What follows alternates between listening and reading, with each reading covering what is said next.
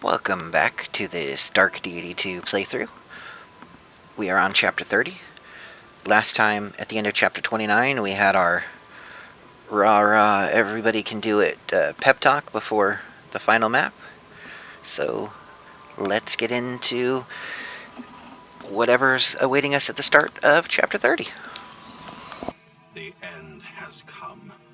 Emperor Orlov, perhaps out of pride, perhaps out of madness, has traded all the lives in Toralis for a chance at victory.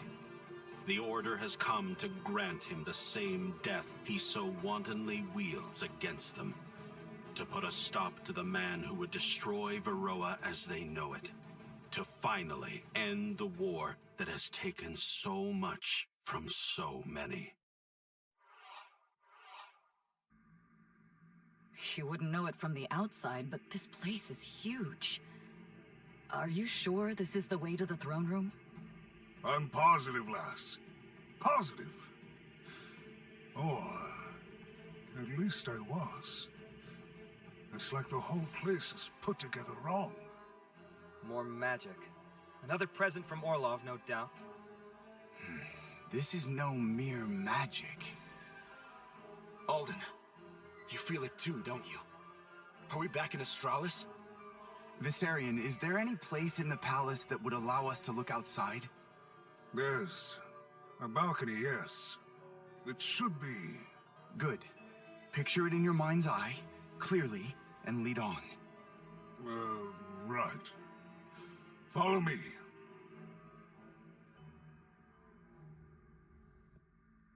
Black Abyss. What happened? No. I don't remember Astralis looking like this. Our little trips through Kira's rifts looked more like a whole lot of stars. So, if we're not there, then where? This cannot be possible. Uncle? You look ill. I've seen this place once before. This is... We are in Death's domain. What does that mean? I thought we were in the palace. It means that the Emperor is toying with forces he does not understand. Or that those forces are toying with him.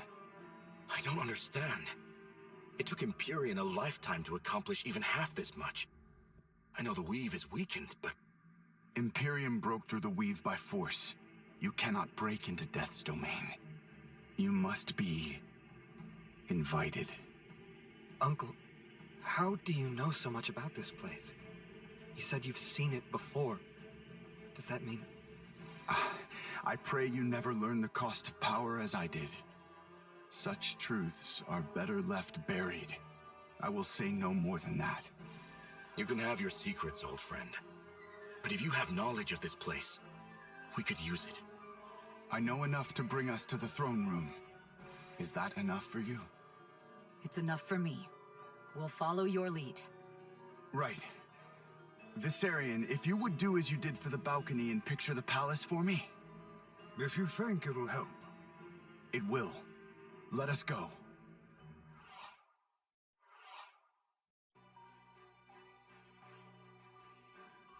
Looks like the place. This is it then. Be wary, Gwyn. It would seem our foe has no shortage of surprises for us. Right.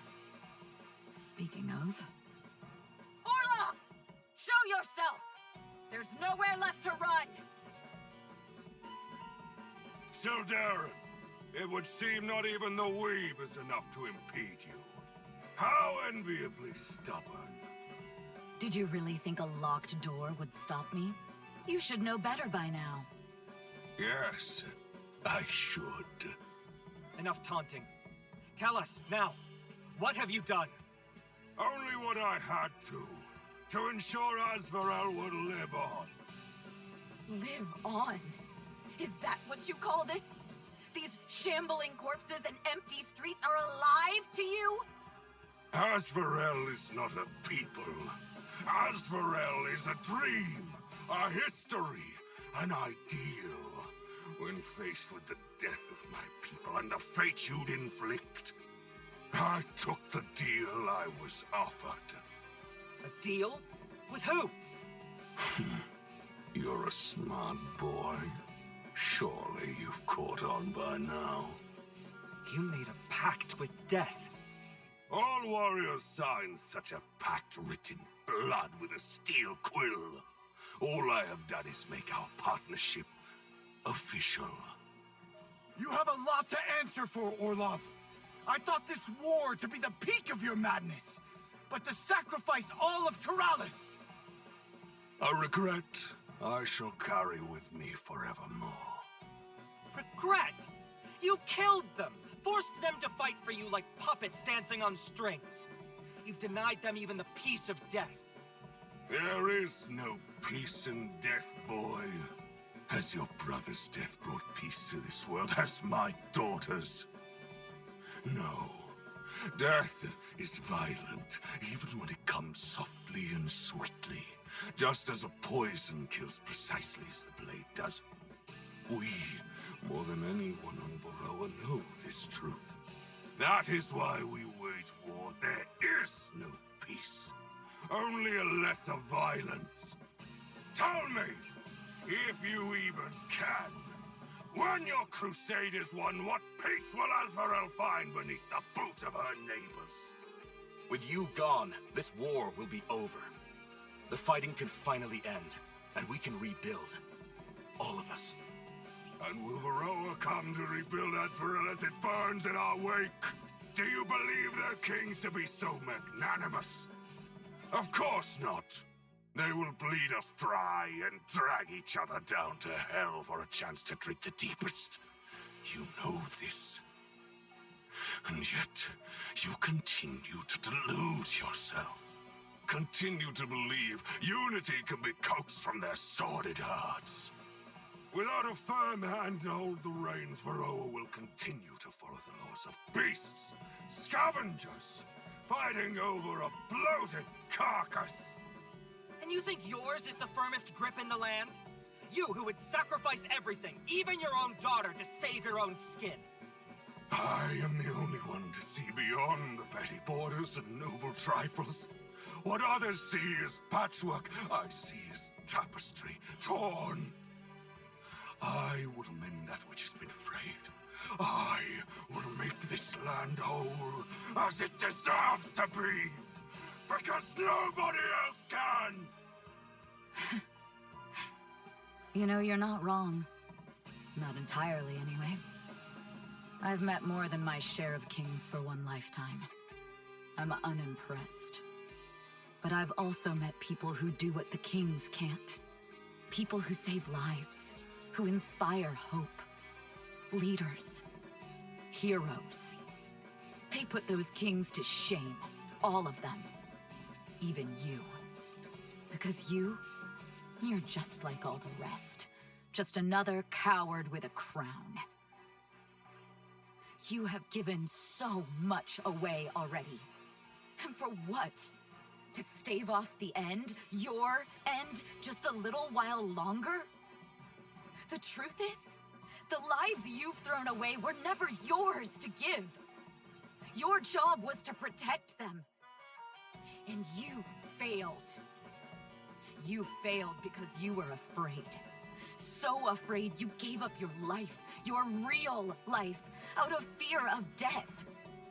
But you feared the wrong foe. Look at you. Death won, and you're still standing. I won't be as merciful. You speak as though you'd already won. I fear you will find we have but one thing in common, Seldarin. I, too, am very, very stubborn. Far too stubborn to be brought to heel by some petty speech. All that remains is our final battle. Funny, I was just thinking the same thing. You plan on fighting us alone? So many of those corpses. Yeah, he really rolled out the red carpet for us, didn't he? Good to see he hasn't forgotten his manners. While he's drawing power from those crystals, we won't be able to get to him. What would you have us do? We need to bring them down, along with the mages controlling them. Doesn't matter how many hoops we have to jump through. Leonid Orlov dies today. Warriors of the Order, we fight for all of Varroa. And for Rearden. Now, to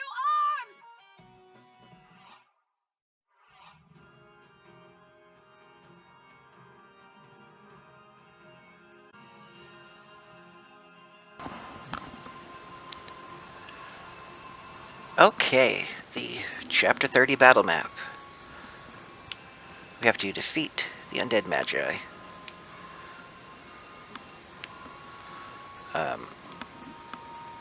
They really mean these two guys. What we're gonna do is kill everything. There's a right side, there's a left side, and there's a center. There will be respawns throughout the map from where we're standing once we move away. Stuff up here doesn't really do a whole lot, but it's gonna die because we have a sniper. And we're gonna use Saxon to take care of these guys in the middle. Notice their stats. They're terrible. Absolutely terrible. They get doubled by everything.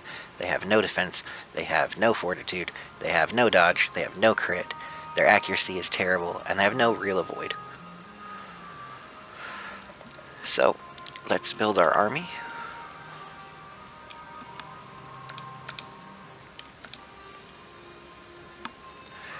We're taking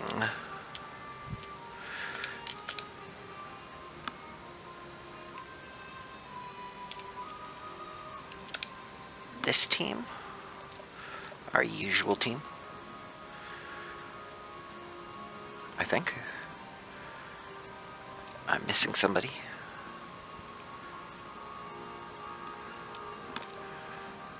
Just looks like I'm missing somebody.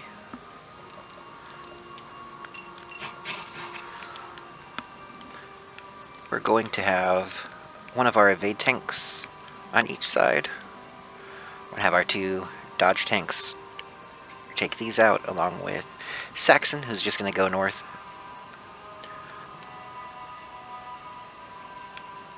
We're going to send Arthur one way and Howron one way. Aya is going to do whatever Aya does. She's going to end up in the middle with Saxon. Our two range guys are going to be having a little bit of fun in here while everyone else does their thing and then moves in from either the sides or the top. And then Gwen and Alden are going to slowly move around the map and shoot whatever they can whenever they can.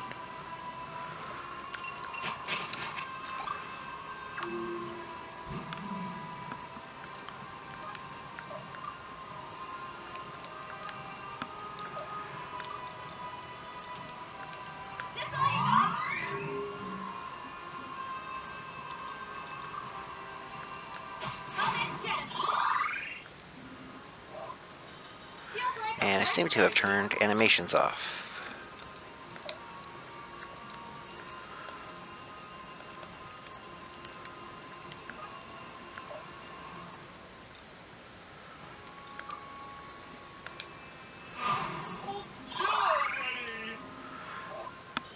And if I can figure out how to turn animations back on.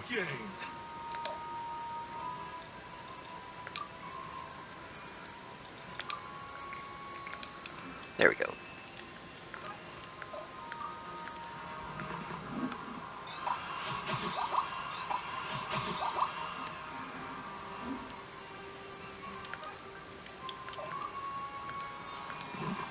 Dying's not so bad. Pulling my weight. The big thing about the center here is these red tiles will, at the start of our turn, kill anyone standing in them. It will only apply to us. These patterns will shift as we go forward.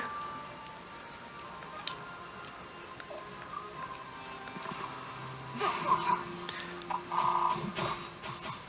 Justice descends.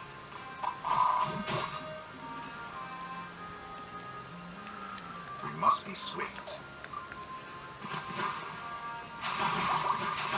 Inevitable.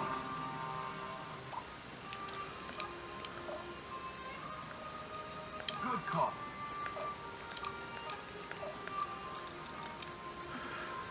From here, we can take out a lot of the map with Gwen. Leave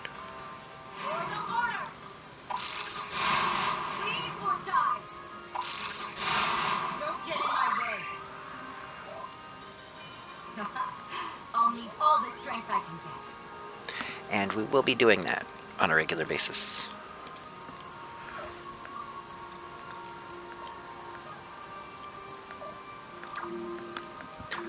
Arthur, we do want him in range to use his spells as much as possible before he gets in the center.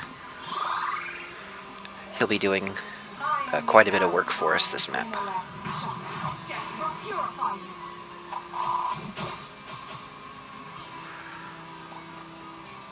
The evade girls will be doing a rather large amount of ad control once ads start happening.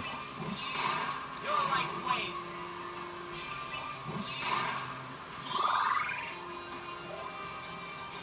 I can feel something calling me.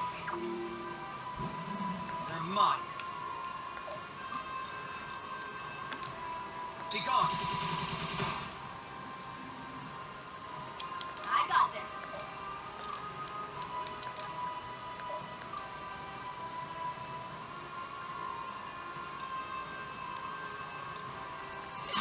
They better run. You sure? Okay, what Saxon can do is Key Blast. You'll notice he is healing more or less for full when he does that. Okie dokie.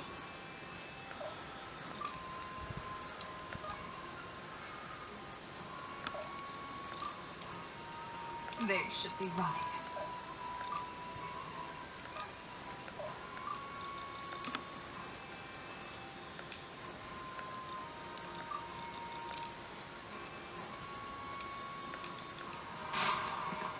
Let's finish this. Don't get in my way.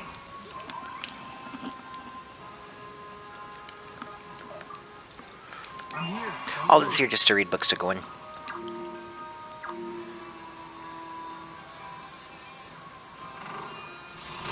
Justice descends. Justice descends. Eve's here to slowly solo one side of the map. Like, other people are going with her, but she's going to do most of the work. Justice descends. You have been found wanting. Justice descends.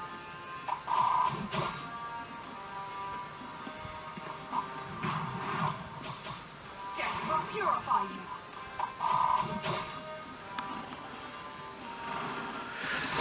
This will hurt. You have been found wanting. Death will purify you. Given your due.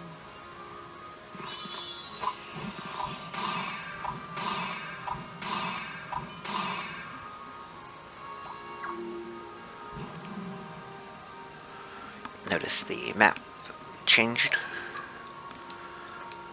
Be gone.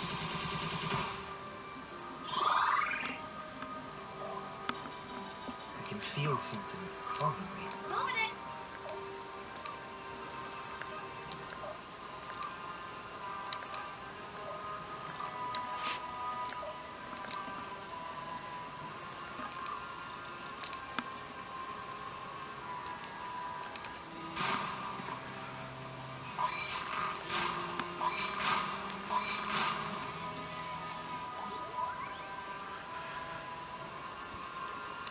Death comes.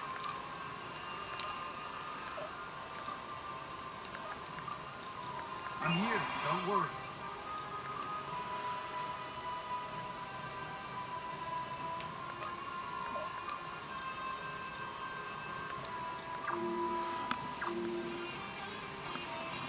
For this map, you can give Saxon when waiting, do stuff next turn. The problem is none of them work with Ki Blast. The only reason he's waiting is to Ki Blast. So having a range boost is still very helpful. Death will purify you. Death will purify you. Death will purify you.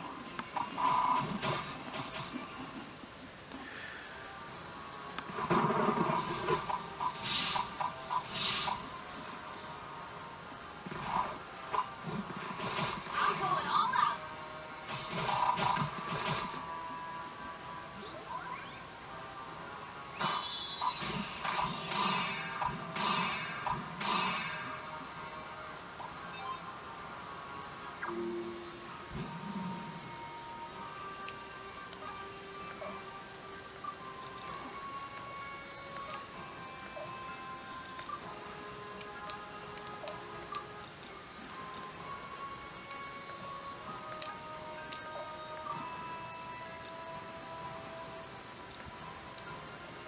Listening. They're mine.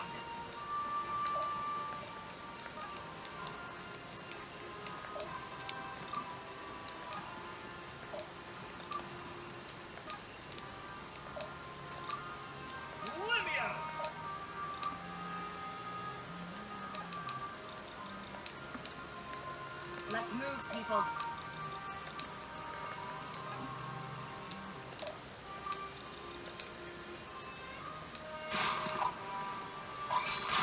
Leave or die.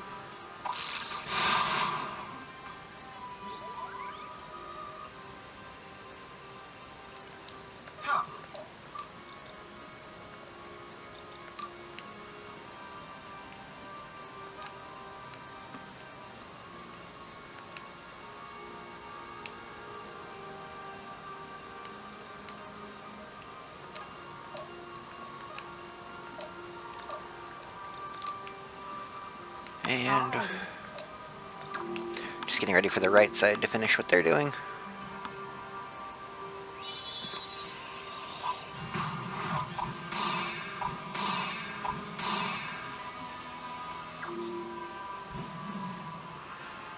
And there we go. Guide me. Guide me. Seek my strength.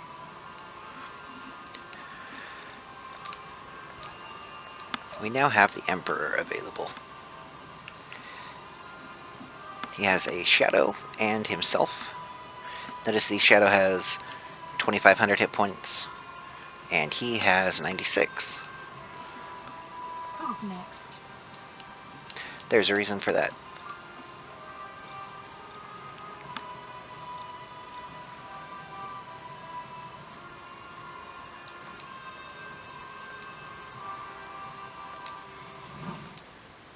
This will hurt.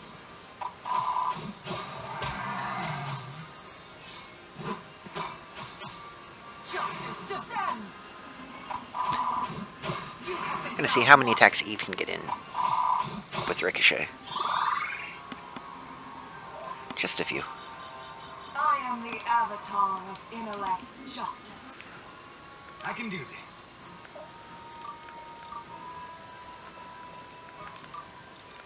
Easy target.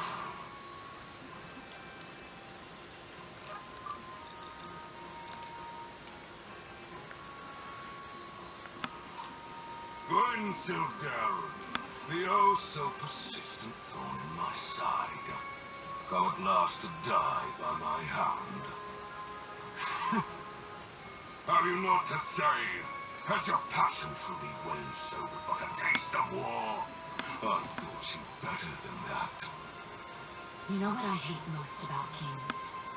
The way none of you ever face the consequences of what you've done. Every new mistake lands at the feet of your underlings, and every sin lays waste to your people, while you sit pretty on your throne. It makes me sick. Then be sickened. There are only two kinds of people, Gwyn. Blades and shields. One exists only to protect the other. I am the blade that will cut through history and forge a new future. But you, Gwyn, you are just another of your father's shields. Must be a comforting thought, to think all the people you've hurt were born to be hurt. But you're right, you know. I am a shield. I will protect my family. I will protect everyone. I've already failed once. Never again. So just shut up and die! This one's mine. When we hit the real Leonid, his shadow just takes the damage, of course. If you thought it was going to be easier than that. I got this. Also, the way he's standing, these two squares are impassable, which means there are only two melee squares that can hit the real Leonid and the Shadow Emperor at any given time. Which is why having 1/2 range characters is very important.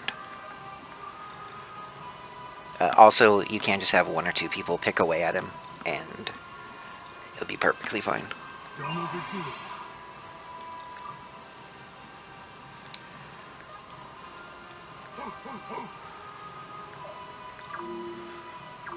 Having more than one or two range, more than one or two range characters per side doesn't really help you at all. Thankfully, both of them will attack you, which means you can do a lot of counterattack damage.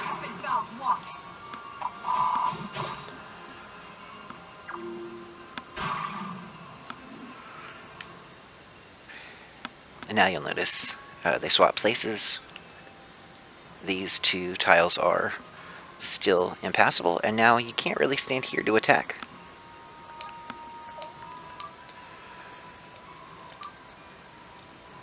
I've got this.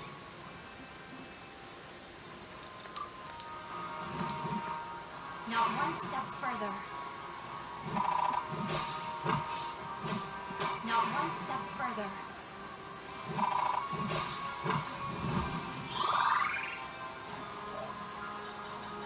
I'm overflowing with radiance. Death comes. Death will purify you. And we got a ricochet here. Justice descends. Death will purify you.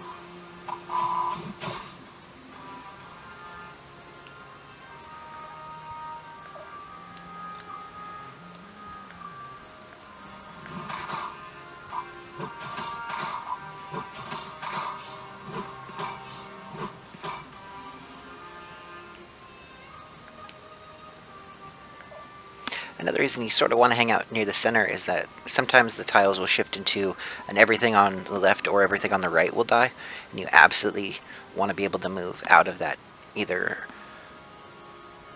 out the side that you came in on or by crossing over to the other half. And certain characters, if they're in the wrong spot, can't do that.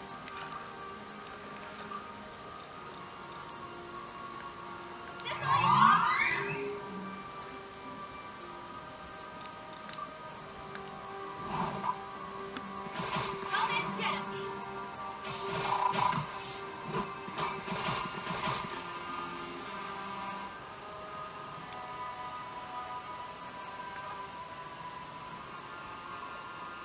Let's get it done.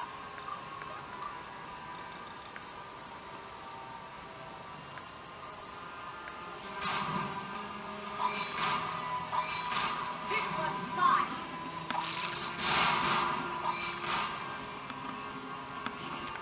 Essentially, you're just wailing away on the giant punching bag until it dies. We can read Sax in a book too if we feel like it, to let him key blast some more. Gwen just deals the most damage with mana outside of Arthur, who is just having the worst luck actually getting to where he wants to be. They're mine. What is your bidding? Take my strength.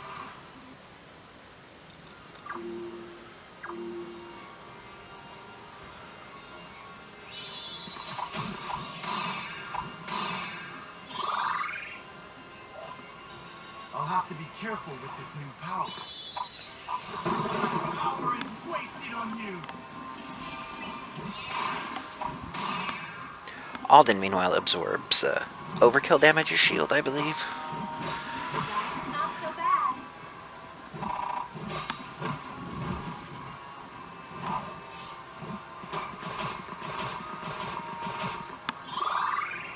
Exploiting their love of attacking Feels like a to birth strategy. deal counterattack damage is big. See, now we can't melee the Shadow Emperor. Moving it. Moving it. So we have to come focus on the Emperor himself. Aw, try to run. You're really strong.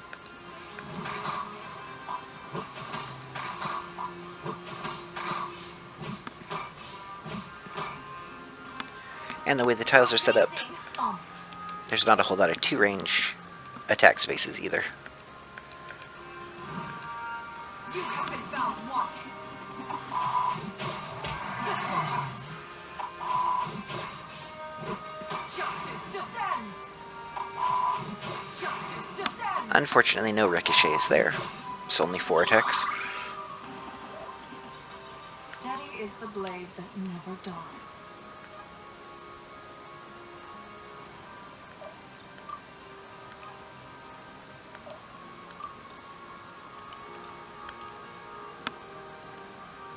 Be gone. Arthur finally getting some map damage in. Must be swift. You are not alone. Are you watching, old friend?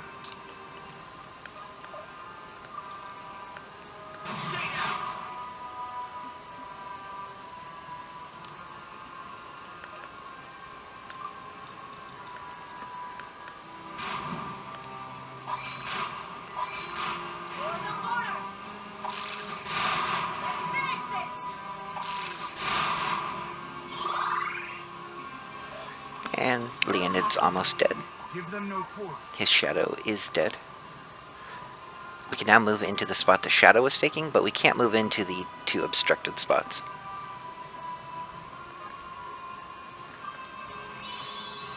Just a fraction of my power.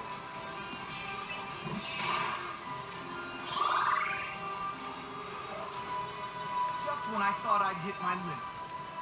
A new bond is available. And Coming.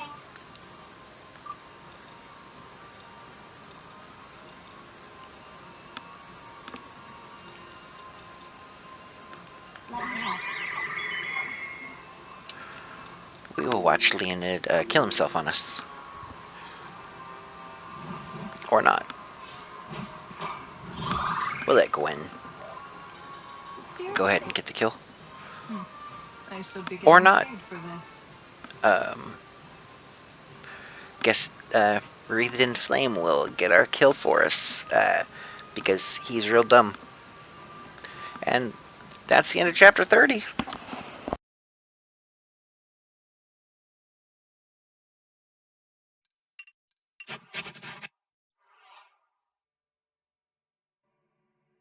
Oh, finally, he comes to claim me.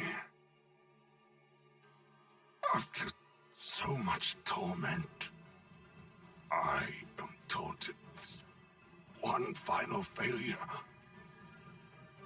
What sick cruelty. Orlov, it's over. Yes, girl, yes. It's all finally over. My daughter, I know she's alive. And? Death has haunted my life from the very first. From the moment he took my wife from us. I did the best I could. That was for Reardon!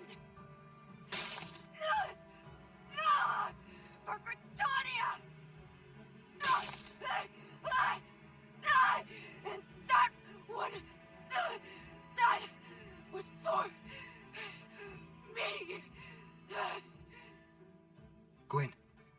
time to go. He deserves worse. Maybe he does. But there's no guarantee it's safe to stay here.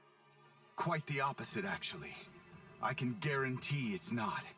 With Orloff gone, there's nothing holding this place together. Then how do we get out? We need open sky. Viserion! Aye! There's a tower we can climb! Highest point in Azrael, they say! That'll work nicely. Then come on! Let's move it, people! Go on, hurry! Nobody's getting left behind today! Everybody up the stairs! You know, if Reardon were here... Gwyn! Right. Just once, could the building wait until we're already outside to start collapsing? All right, Alden. Time to work your magic. Already on it, but something's resisting me. Or someone. You think our friend's boss has noticed us? If so, we've got bigger problems than a long fall ahead of us. If it's anything like the door from earlier... Then we won't be able to open the way ourselves. Alden, stop the spell. Are you? If we don't leave... I know. I trust him. Do what he says. I knew it. Everyone get in! I'll pull up the rear! Go on, Arthur. You know how usually you're the one taking the big risks? Yeah? What do you... Wait! I'll be right behind you. Hopefully. How? And why did you do that? How? I guessed and got it right. As for why, I'm not really sure, honestly. I suppose I had a hunch. I thought you were the smart one. Good to see an annoying prick runs in the family. You were going to close the rift behind us, weren't you? You were going to stay behind. After everything we did to save you, to give you a second chance, you were about to throw it all away. For what? Pride? Guilt? Your uncle's right. Nobody gets in here without being let in first. I've been looking for another way for years. There's somebody I have to find. This could be my last chance to go searching. Your mother. It wasn't an invitation to guess. Then you'd let the same madness that killed your father kill you as well? Even knowing where this path leads? That's not... Open another rift. You're coming back to Terrazel, alive. To Terrazel? And what, I wonder, awaits me there? Rotting in a Gritanian prison? Death by Asbarellian mob? What's the point? I've lived my whole life in exile. I hated it. This could be my only chance. There's nothing left for me but this. Don't pretend you're staying here out of any sense of purpose. You don't know how this place works, where to start looking. You don't even know how you'll survive the palace collapsing. You would stay here to die. You're giving up. I am not giving up. Then prove it. Prove me wrong and live. Open the rift. Just stick close to me. We're gonna be cutting it close. Lead the way.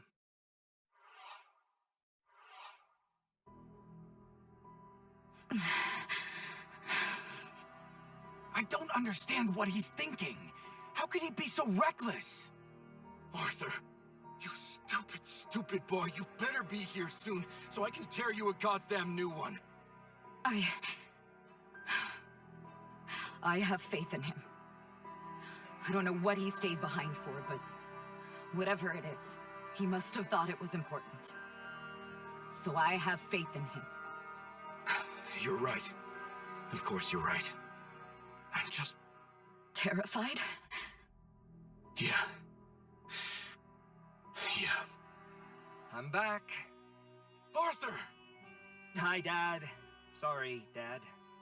You scared the daylights out of me. When Gwyn told me what you'd done. I know. I didn't have much time to think about it. What happened in there? Do you mind if I keep it to myself? Yes, I do. But I won't force you. You did what you had to do, right? Yeah. Yeah, I think I did. Then you did good. Just next time, warn me a bit sooner, okay? I mean, that shove really wasn't necessary. She's upset because you sprained her ankle. Turns out the rift wasn't quite level with the ground on the other side. The mighty commander of the Order brought low by tripping. What is the world coming to? Okay, we can leave that part out of the history books, alright? It could be fun trivia for the Cosmere snobs. Hey, that's not fair. Cosmere's arcanists are far more snobbish than the historians. Father? Oh, don't mind me. I'm just... This is what I was fighting for. I'm enjoying the moment. You're right. Tomorrow, for the first time in a long time, there won't be any more fighting. Just another day. Another day.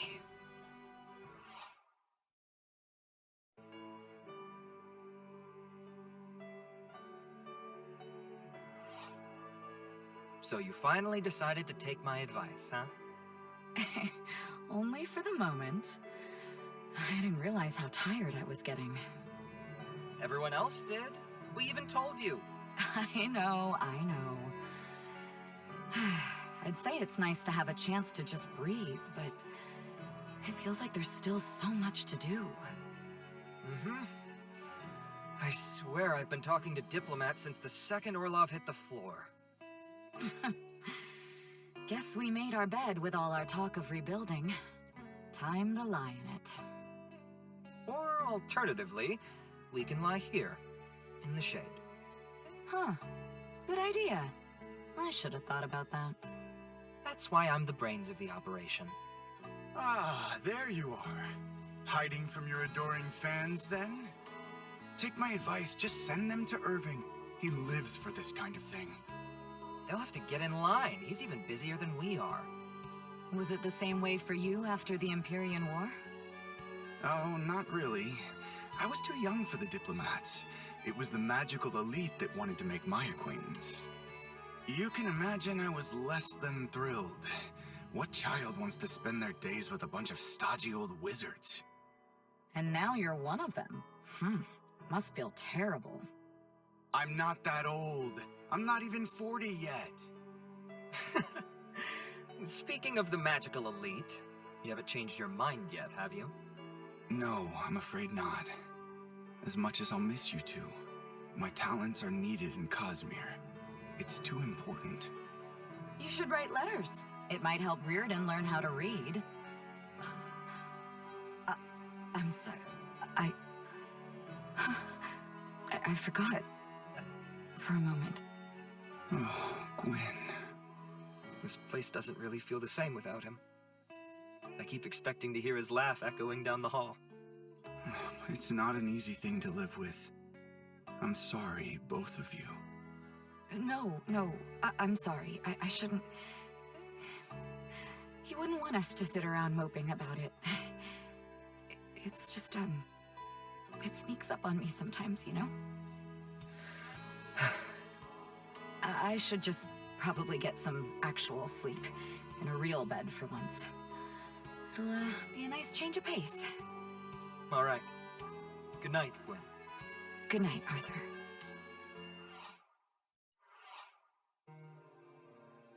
Oh, Father, you're still awake? I am. You look like crap. Shouldn't you be getting some sleep? Funny to hear that coming from you. Guess being a busybody runs in the family. That and, you know, the hair. Yeah, that too. How are you holding up? I'm not really sure yet. Been putting one foot in front of the other just fine, but Everything feels different. War does that to you. War and loss and time.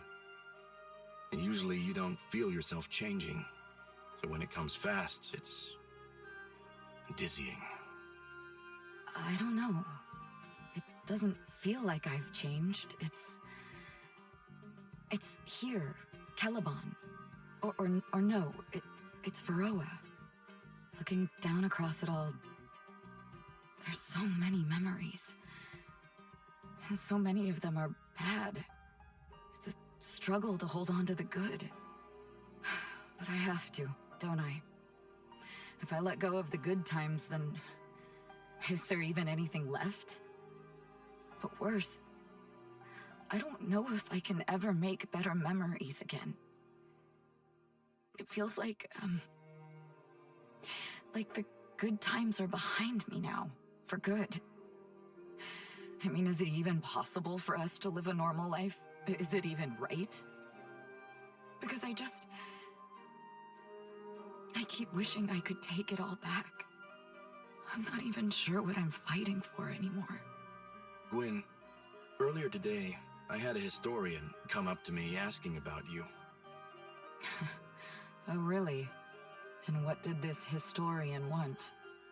He wanted my opinion on what title he should call you by. Commander of the Order, or other such obvious things. But that wasn't all. Liberator of Varroa, Bane of Asvaro, Death's Bane, Hope-bringer, the second hero of Terrazale. He come up with those himself? If not, he'd better hire new help. But do you see, Gwyn? That man, he believed those titles. All of them. And for so many people, you are the good worth holding on to. You are the good memories. You keep them moving forward. And maybe you're right, and you didn't change. Maybe this was always who you were. Maybe you just didn't notice the signs. But everyone around you finally sees what I've always seen in you. A hero. Somebody above all of this. Somebody worth the title. More worthy than I ever was. Father, I miss him so much. I know, honey. I know. And I know your brother would be proud to see you now.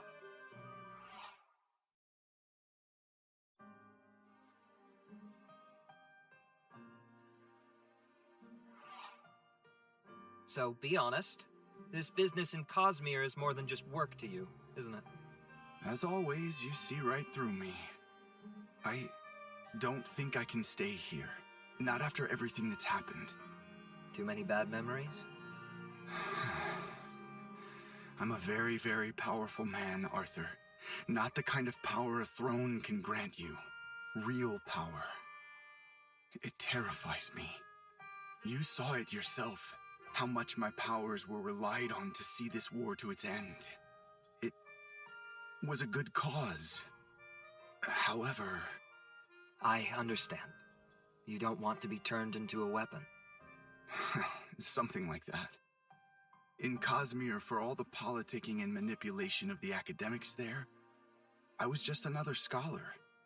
But here, Irving is a good man, but he sees results before he sees people. And my results are well documented. Getting away from all that, living my life as a man, not as a weapon, that's why I have to leave. Then, I guess I hope that goes well for you. We could all do with a little peace of mind these days. Indeed. I should begin packing.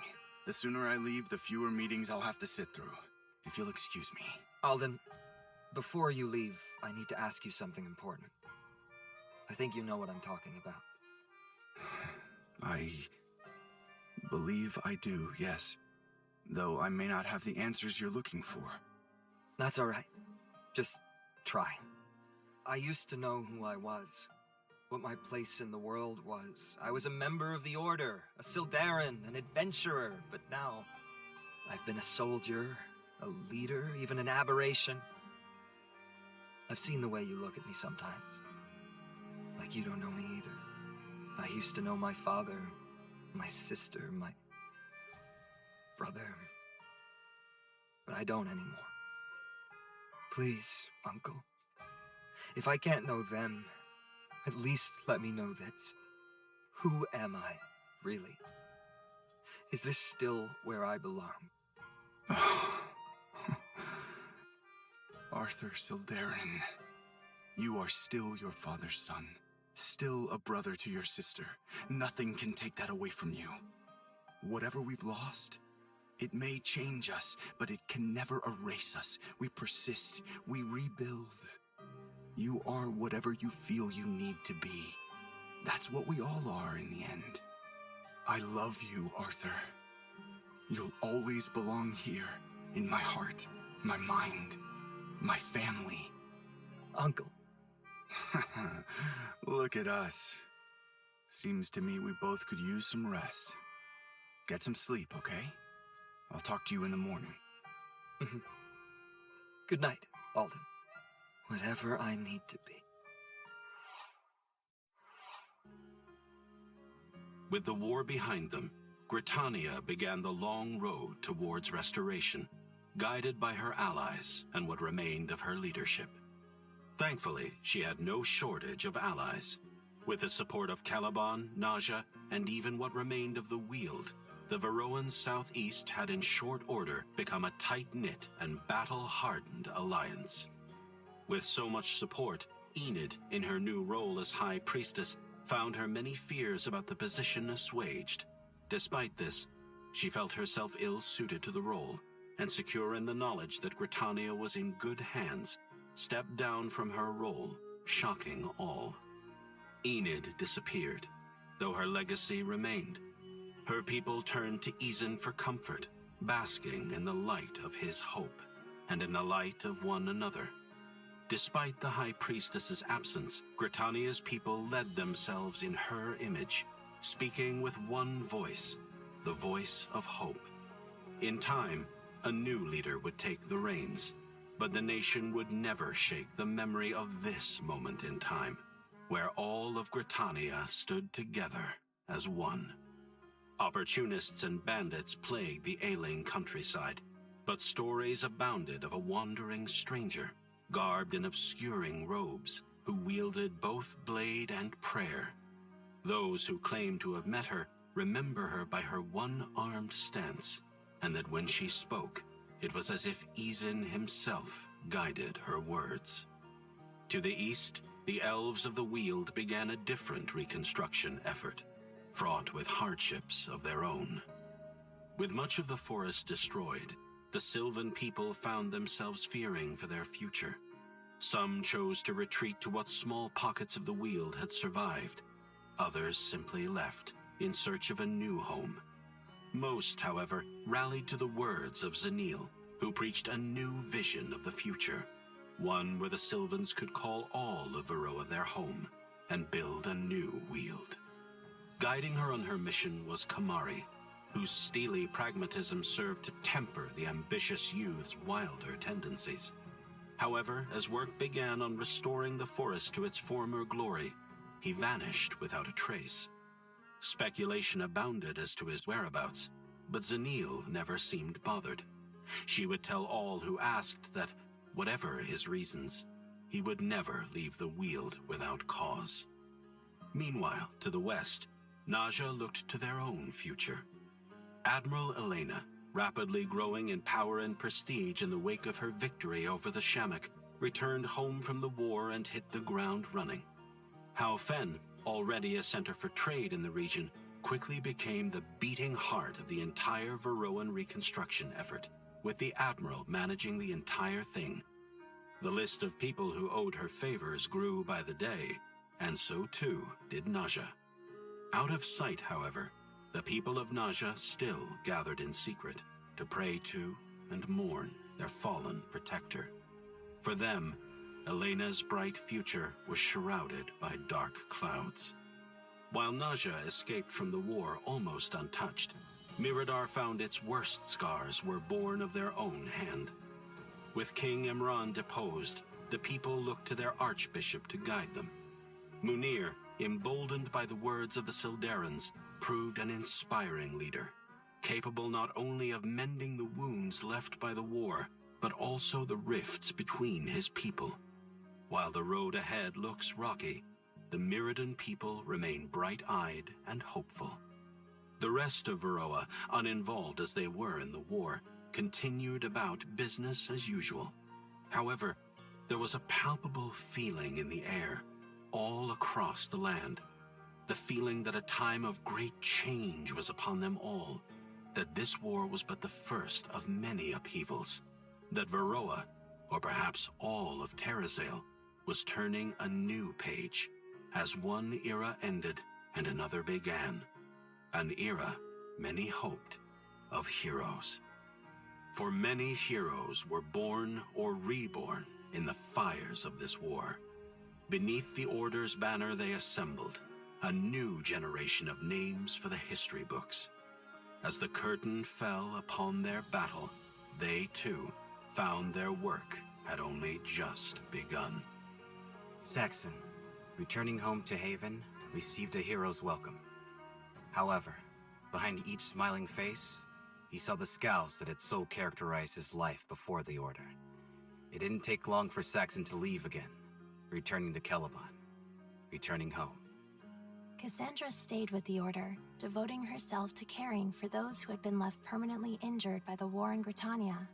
Still as private as ever, she would often mourn in silence for the patients she lost, praying that each would be the last. Feeling an obligation to help her former homeland, Valeria got involved in rebuilding Azvarel.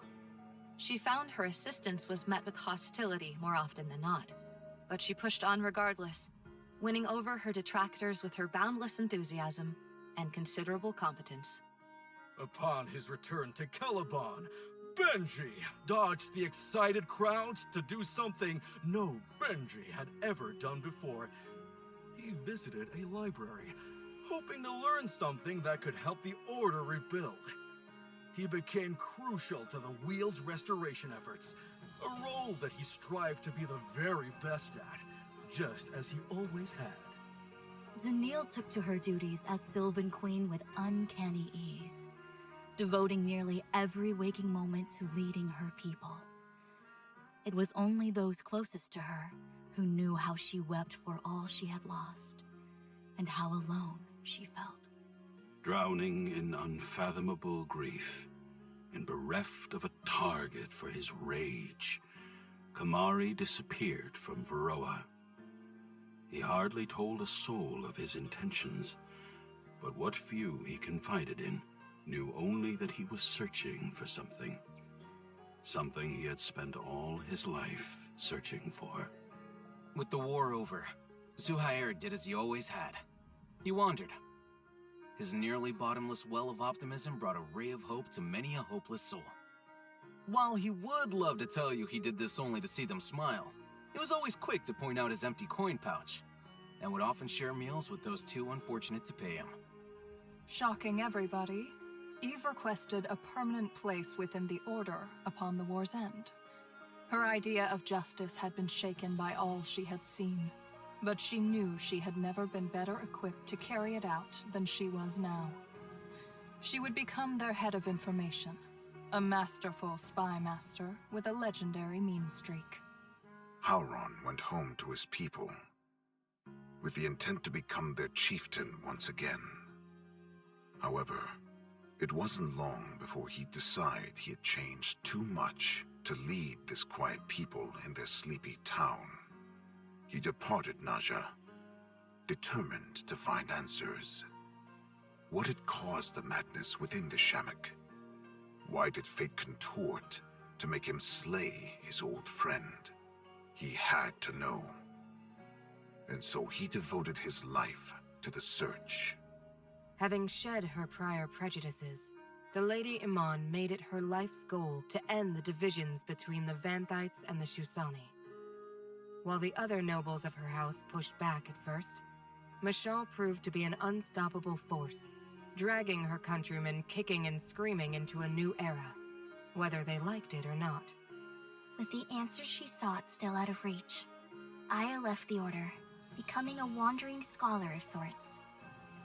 Her experiments brought her ever closer to the brink every day, but as she stared into that abyss and saw only herself staring back, her resolve was only ever redoubled. She would find out who she was, no matter what it took. With his debt to the Order repaid, and his mission to Varroa seemingly a failure, Tusk, nonetheless, made the journey overseas with his spirits high. Upon his arrival, he sought to impart the lessons he had learned to his people, mending their divisions, just as the Order had mended Varroa's.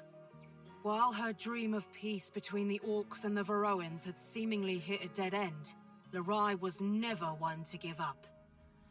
With the Order's support, she worked tirelessly to make her voice heard, hoping to leverage this time of great upheaval to further her cause.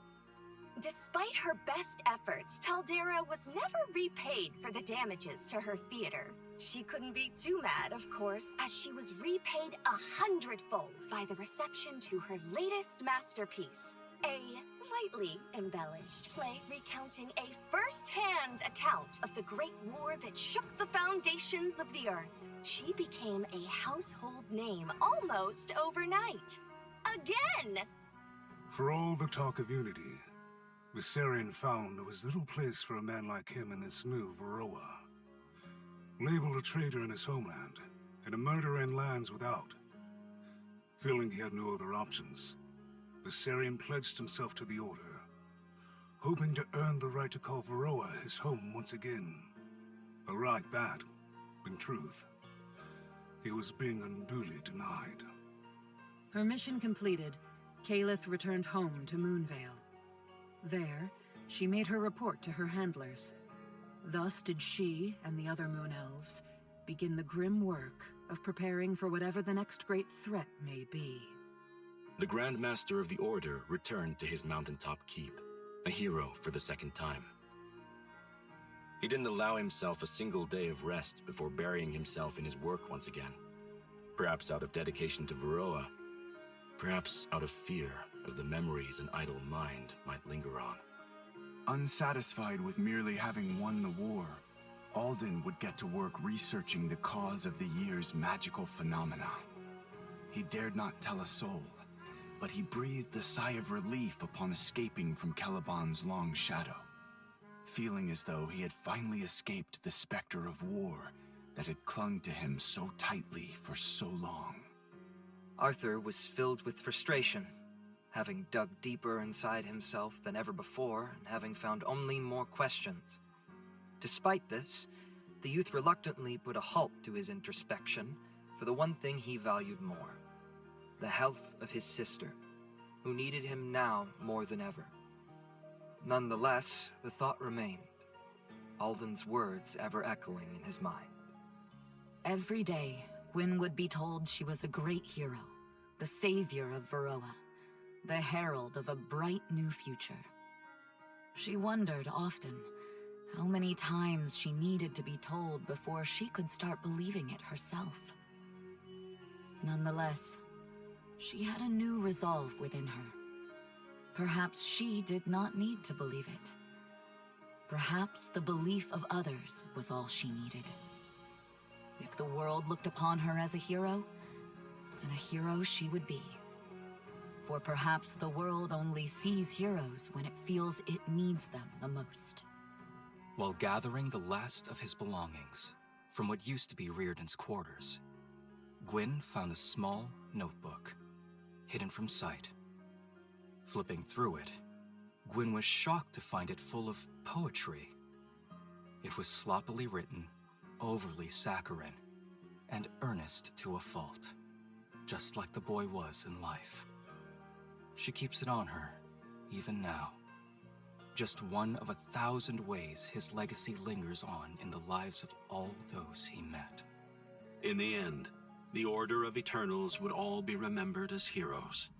Their legacy was not just their own, but that of all Varroa. as the Order's way would soon become the way of all the land. In a time rife with misery, the Order was ever there to extend a helping hand, meeting the unwavering hostility of Varroa with an uncommon vulnerability. Many would say that their compassion was what saved Varroa, and such was how its people would live, unto an uncertain future, hand in hand, undivided and unafraid.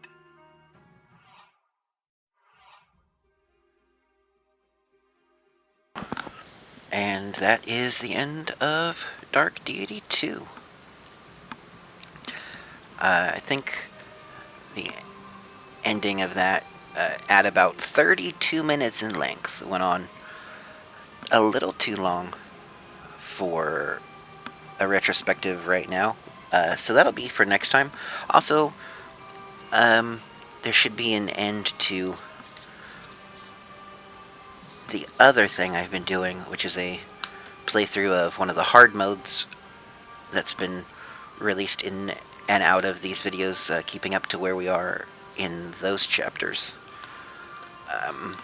I will let the credits run, so y'all can see them if you want, and we'll catch you next time for the last bit of footage and the recap.